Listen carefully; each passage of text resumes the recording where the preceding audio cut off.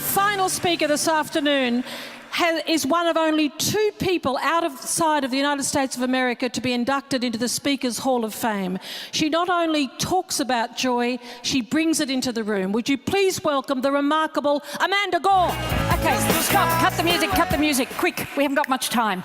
I want you to make sure that you're sitting next to someone else. If you've got more than 2 seats between you and someone else, you have to move. Otherwise, you're going to die. So, on the count of 3, I want you to grab the shoulders of the person next to you, even if you've not spoken to them all day long, and I want you to shake them like this and go, wake up, this really matters. And then go the other side. 1, 2, 3, go. Wake up, this really matters.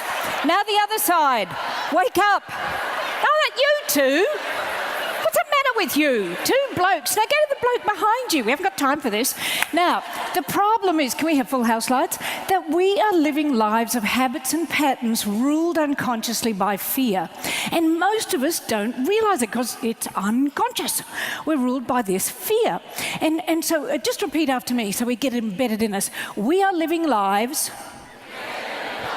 of habits and patterns ruled unconsciously by fear.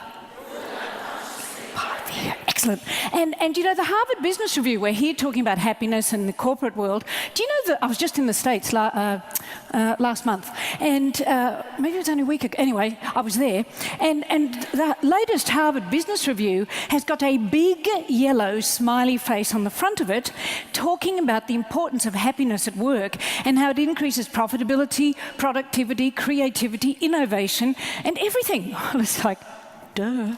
But now it's in the Harvard Business Review. Excellent. And then the other critical thing that we need to be thinking about is that there is a very big difference between happiness and joy. And I can describe it a bit like this, because we're looking for joy in all the wrong places. And it's like we're all running down endless pitch black corridors, desperately looking for light switches. We're all like, oh, we're going through life. And all the darkness is the fear. And suddenly we feel a light switch somewhere, and we flick it on and we go, oh, I'm happy. I'm happy because the fear's gone. But the trouble is, it doesn't last long, because something will happen to the light bulb. It'll break, or the thingy in the middle will go, the filament thingy, or the power will be cut off. And all of a sudden, we're in the darkness of fear again. Until we stop and we look inside and we really pay attention and we wake up, we're not going to see that there's an amazing light right inside us. In fact, it's the most extraordinary light. You could light up the whole world with this, and that light inside will eradicate your fear forever. That's your joy. So, on the count of 3, I want you to look at your new best friend that you've touched already a few times today, and don't sit by yourself and do this, all right? Any of you around there, I want you to look at him and go, you are an astonishing being of light. You are an astonishing... Ready? 1, 2, 3, go. You are an astonishing being of light. You are an astonishing being of light. Beautiful. Now try to look like it as well, will you? Some of you are going, you are an astonishing being of light. You're an astonishing... And all you're worried about is you. You think, oh, I feel stupid. Anyway, you're not a light. Yes, they are. Sometimes people just don't realise it as much. And our job is to help them brighten up. And that's what the Joy Project is about. The Joy Project's mission is to eradicate fear and to help people understand that they truly are enormous, astonishing beings of light. And that comes from Daniel Ladinsky's poem in I Heard God Laughing. It's another Hafez poem. And it's just beautiful. You want to get I Heard God Laughing. It's a beautiful book. I don't do poetry. I'm not that smart. But I love this book. And it's all Hafez's stuff. And he does talk about us being astonishing beings of light that, in fact, give the sun its brightness. And when you start to look at the beauty of all the things that have been written, and you start to realise that everyone around you is beautiful, even their warts are beautiful, then we start to embrace the philosophy of the Joy Project, which is going to be a global movement where we have people coming in and creating joy tribes. So I wrote this book with my mum, with my mum's help, And the book is currently called The Gospel of Joy, but we're changing that to the 12 Stepping Stones to Joy, because everybody thinks it's Gospel of Joy. Oh, no, we don't want that book. So we're calling it 12 Stepping Stones to Joy, okay? So buy it, it'll be the same book. So, and if you see Gospel of Joy, you get it cheap, okay? So, now, all of you, I want you to just jump up and down in your seat. It's a little bit difficult, I know, but at least I'm not making you stand up. So I want you to jump a little bit up and down your seat. Try not to look annoyed, all right? It's very good. I've never seen a room vibrate like this before. You're not jumping much, sir. That's better.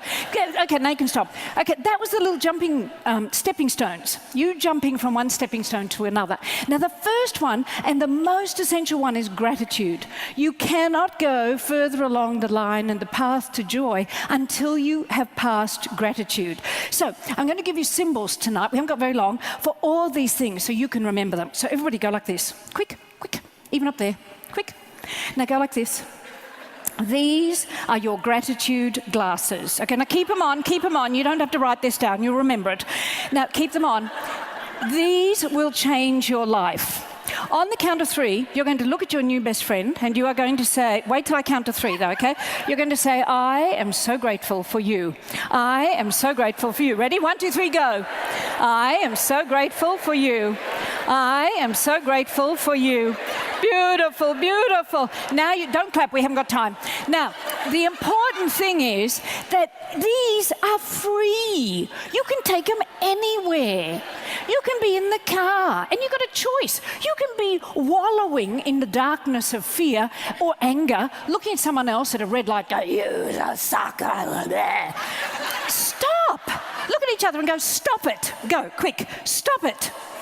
Stop it. Instead, you are going to put on your gratitude glasses while you're sitting there at the red light, like this, and you're going to look at the person in the car on either side. And whether you're listening to the girls on radio or not, you can actually start laughing. Who cares about the other person? Lock the doors just in case, okay? Now, the other thing is that people often get twitchy. You know, they go, oh, but that's silly. You know, it's like, what do I go? Who cares if it's silly? That is the basis of becoming smarter. You release dendrites when you're silly. Did you know that? Neurons. In the brain, there are neurons. One comes here, one comes here. It's part of neuroscience. And anytime you do something silly, dendrites come out. And that's how the neurons talk to each other. Oh, let's do it. Everybody go like this. But don't look like you've got a wounded wing. Go like this, quick. On the count of 3, you're going to look silly. You're going to do something silly. Look at your new best friend and go, dendrites. Dendrites. Ready? 1, 2, 3, go. Dendrites. Dendrites. See, now you are more joyful because we know joy is the precursor to success. See, people go, oh, well, I'll be happy when I'm successful. No, it's the other way around. Joy is the precursor to success. And if you're willing to do silly things, you literally become smarter. Stress makes you, stress puts on abdominal fat. It eats brain cells, and it makes you sick. So if you're going to stress, you're going to make yourself fat, sick, and stupid. Why? Don't do it. Whereas on the other hand, joy makes you thin, creative, and smart. So, which one will I do? So let's get silly. Now, if you don't want to use your fingers, get a set of these. Wear them at work. See, people look at me and they go, she's funny, she's joking. No. When you wear these at work, even if it's with customers, what do you think they're going to do? You think they're going to look at you and go, well, you look stupid. No, they're going to look at you and go, nice glasses. And you say, yeah, they're my gratitude glasses. I am very grateful for you and your business. Come on in. You know, you need someone to bring a bit of joy into your life. If you don't want to wear them on your eyes, wear them on your head. And if that doesn't work, put them on here. You're having a staff meeting, put them in there. And somebody starts to go, but say nothing. Slide these across the table and say, would you like to tell us why you're grateful you've got a job? Hello? Wait, don't clap, we haven't got time, Now here's the other thing. You see, it's impossible to have a heart full of misery and a heart full of gratitude at the same time. It is impossible to have a heart full of misery and a heart full of gratitude at the same time. Get grateful. It stops depression. It helps you sleep better. And how do we teach our children to be grateful? We look at them and say thank you to your brother. I said, say thank you. Say thank you to your brother. I don't think this is teaching the kids gratitude. Get a set of these, and every night round the table, you put them on. Don't even wait for these, because otherwise you're going to go, oh, we didn't do it because we didn't have the glasses. Just use these, all right? It doesn't matter what age they are. Get them to put the glasses on and talk about things for which they're grateful during the day. It's brilliant. So the very first stepping stone, jiggle up and down your seat for a second. First stepping stone is gratitude. Excellent. So we get your gratitude glasses on. Now the second stepping stone is generosity. And you know, there's a woman called the Mother who used to study with Siri Aurobindo, and she wrote in one of her amazing books, everything always depends on the way in which things are done. Not so much what one does, but the spirit in which one does it. Is that true? Everything always depends. I mean, how many of us are in relationships and we don't want to do something, but we do it because we have to compromise. So we say, we'll do it. But on the inside, our spirit is, you are going to pay. I will do this, but you're going to pay. Now, the bottom line is that everybody has light inside. What do you call those things in a kitchen with gas? Stove, yeah, thanks, stove. So you know how you got a stove? Well, a gas stove's got a pilot light. And you can turn the switch one way and that pilot light goes whoomph and ignites into flame. You turn the other way and it just dies. Well, every person you meet, every single person you meet for the rest of your life and up to this point in your life has got a pilot light inside their hearts. That's their spirit. And every one of us every day makes a choice to either look at someone else and ignite their spirit or to do this to them.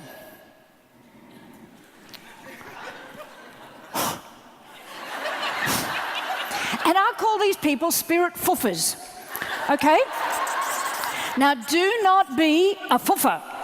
You do not want to be a fuffer. So on the count of three, one side, then the other, you're going to say, but look, wait till I count to three. And look like this, okay? I want you to go, I'm a spirit igniter, not a fuffer.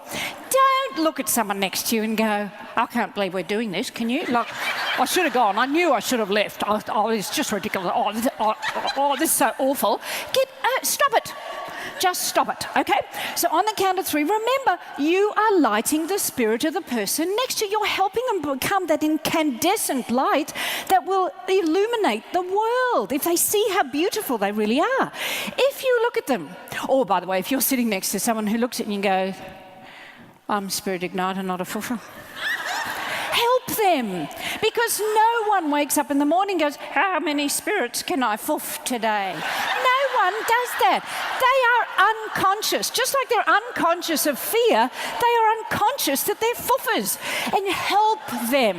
So if they look at you and they go, look at them and go like this.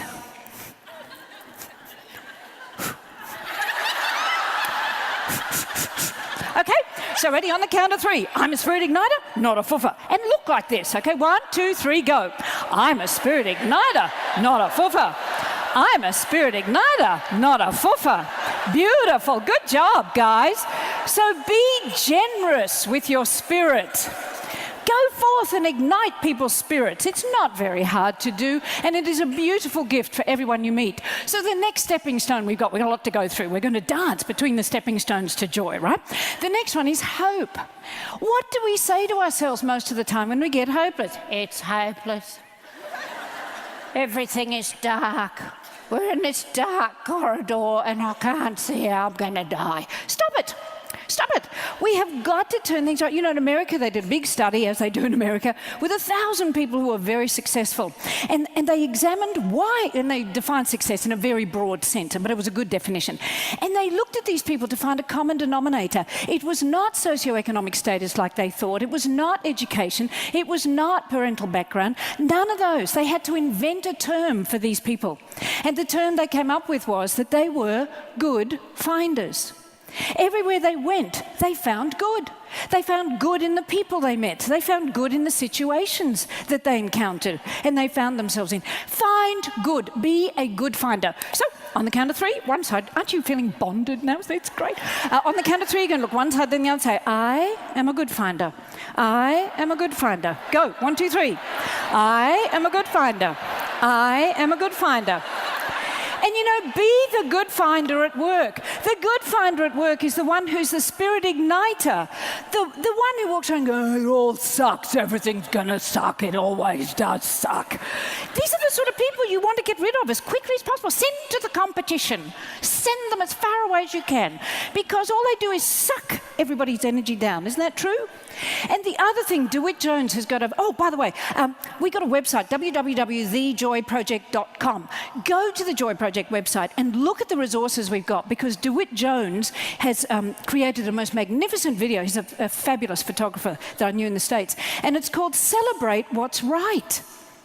Celebrate what's right in your life. You know, we meet somebody that becomes our partner in life. And for the first couple of years, it's like, oh, I'm so blessed, it's so wonderful, I've got the most wonderful, I'm so in love, it's so perfect. 2 years go by. Oh, look at that wart. Ew, God, that irritates me. You are so annoying. Oh, there's another wart. And by the time 3 or 4 years have gone by, you are just one giant wart. I don't know what I saw in you. They are exactly the same person, but what are we focusing on? The warts. We're not celebrating what's right with them. So, count to 3, one side then the other. I am going to celebrate what's right with everyone. I am going to celebrate what's right with everyone. Go, go, 1, 2, 3. I am going to celebrate what's right with everyone. I am going to celebrate what's right with everyone. And so hope is another stepping stone. But you know, just to put all this in the context of the corporate world, 22nd century leadership is actually a mashup of about 4 sciences. The first is neuroscience, which you've heard a little bit about. We haven't got time to go into this, so just be impressed with the big birds. And words, not birds. And this is epigenetics, which is all about beliefs. And this is emotional intelligence, and this one is positive psychology. Now, this is the secret part. In the sweet spot, in the middle, this is where amazing leadership occurs. Well, I was in America, you know, like I said recently, and you know, pretty conservative really over there. And I said to one of my ultra-conservative friends, I said, Mark, I don't know what to call this sweet spot in the middle where this brilliant leadership occurs. And he said, well, your name's Gore. What about the G-spot? What have you done with my conservative friend? So we're not calling it that. Instead, we are calling it the joy spot. Okay? Because this is where great leadership occurs, when you can create a fear-free, joy-filled workplace. So your mission, should you choose to accept it, is to become a walking joy spot. Okay? So count to 3, one side then the other. I am a walking joy spot. I am a walking joy spot. 1, 2, 3, go. I am a... You two are playing together, aren't you? It's very good. Ma'am, I hope you're playing with somebody over there. Now, of course, the other critical thing is, if you look at the word joy, if you look at the word joy, just open your heart. If you open your heart and you connect to the divine and you serve others, you will find joy. You will be living in joy, and the light that is inside you will radiate out, and you will become a beacon for others in the world. So, it's time to jiggle up and down. We haven't got time, don't clap. I know it's beautiful, but we haven't got time. So, jiggle up and down, time to jiggle again, because the next thing we're talking about is, starts with F.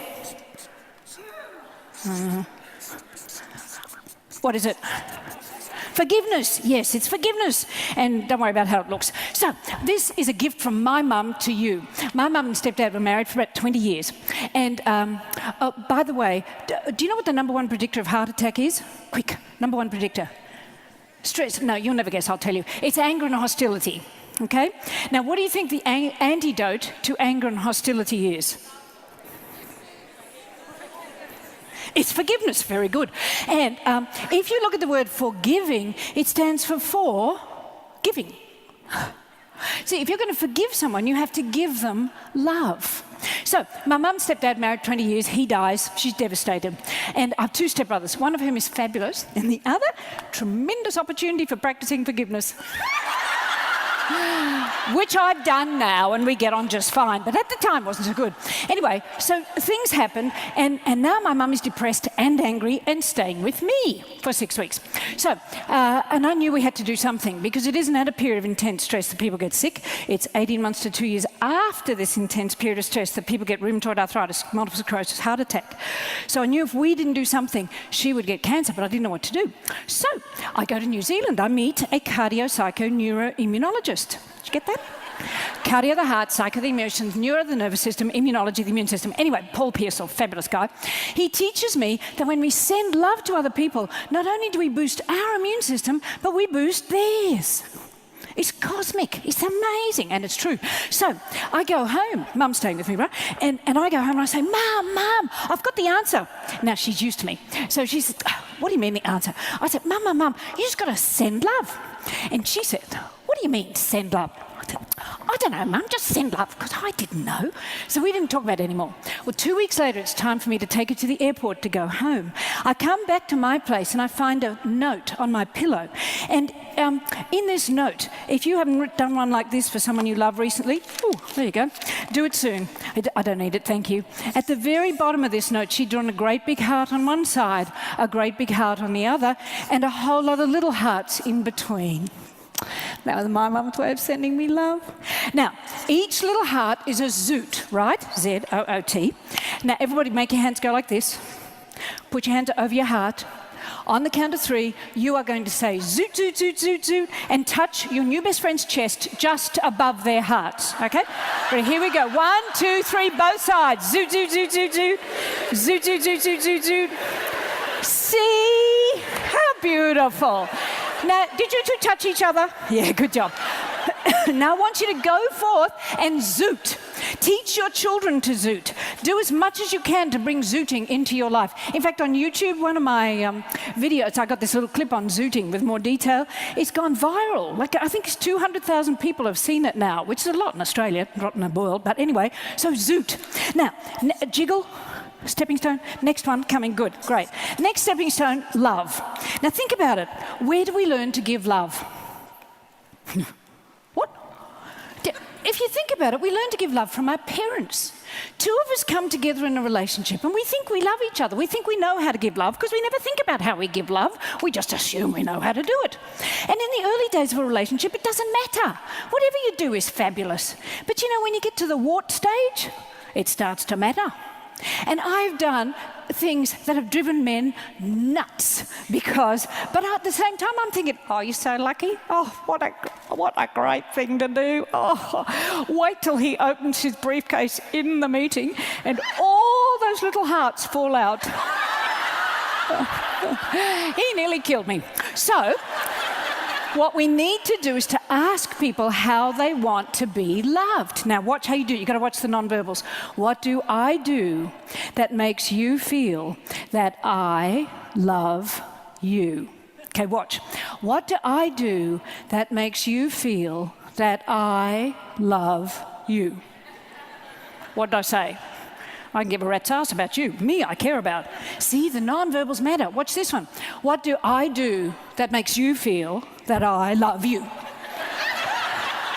You're bleeding from the head injuries that have come, okay? So let's all do it together. Ready? Let's do it together. What do I do? Very gentle hand movements that make you feel that I love you. Now we're going to do it once again so that the men who are doing this actually smile. Because the guys are going, what do I do, bitch, that makes you feel that I love you? Now, and what's more, when someone answers you, you have to do what they say, okay? You cannot go, no. When I met you, I did not hug. You know that? So, no, I'm not going to hug. Don't ask them if you're not going to do what they say. And please ask your children. So here we go. Look happy. Look joyful. What do I do that makes you feel that I love you? Beautiful, beautiful. Okay, last one. And I know I'm going to go a little bit over time, is laugh. It's really important that we laugh. There is no joy fairy. There is no joy fairy that looks at you and goes, oh, you look miserable down there. Bonk, have some fun with the magic. What doesn't happen? You've got to be your own joy fairy. And look, you're going to love this. Look at my symbol for the joy fairy. Ta-da! Wait, it gets better. These are essential parenting and leadership items. You have got to have one of these, put it in a holster. I want you to walk around, and whenever you want to spread joy, you whip out your wand, this one, and you go, good job. Celebrate what's right. Use it on yourself. When things are a bit tense, make your teenagers invisible. You're invisible. So quick, everybody hold up your own pretend magic wand. Quick. On the count of 3, one side, then the other. Bring, I'm a joy fairy, and look like one. 1, 2, 3, go. Bring, I'm a joy fairy. Bring, I'm a joy fairy. Beautiful. Now everybody stand up, stand up, stand up. And help us create a global joy movement, okay? So I want you to put an arm around each other, which means you have to shimmy across the aisle. Shimmy, shimmy, shimmy, guys. Because when you connect to the divine who is standing next to you, there is not a good divine gap. Go, come over. Move your feet. Move your feet so you shimmy together to be one divine, cosmic, amazing light group. Some of you have to move over like that. And now, look at the person next to you again with the biggest smile you can possibly imagine and tell them again what an astonishing being of light they are. Go. You are an astonishing being of light. You are an astonishing being of light. Stay together, keep holding each other. Join our joy movement so that we can, it gives you the tools to become aware of your light, to brighten your light, and to go forth and light up everyone else or help them see their own light. So we're going to finish off with a joy song, and we're going to dance. We're going to do a little joy jig as we do this, okay? So, no, keep hanging on to each other. You've got to connect to the divine. And the serving others is bringing out their light. So stay hanging on. The words you are going to be singing are always look on the bright side of life. Da-da-da-da. Always look on the bright side of life. So you ready? Let's have the music. Thank you. Listen to the words. Louder. Some things in life are bad. They can really make you mad. Other things just make you swear and curse. Oh, darn. When you're chewing on life's gristle, don't grumble, give a whistle. And this'll help things turn out for the best. Now get ready as one. Always look on the bright side of life. Do-do, do-do. Try to look happy. Always look on the bright side of life. Shine your light wherever you can. If life is seems jolly jolly rotten. There's something you've forgotten. And that's to laugh and smile and dance and sing. When you're feeling in the dumps, don't be silly chumps. Just purse your lips and whistle. That's the thing. Get ready, get ready. Always look on the bright side of life. Sing this every morning. Always look on the bright side of life. Keep jumping, dancing between the stepping stones. For life is quite absurd, and death's the final word. You must always face the curtain with a bang. Ta-da! Forget about your sin. Give the audience a grin. Enjoy it. It's your last chance anyhow. Different words. Always look on the bright side of death. Do-do. Different words. Just before you draw your terminal breath. We haven't got long. Be joyful now. Life's a piece of shit when you look at it.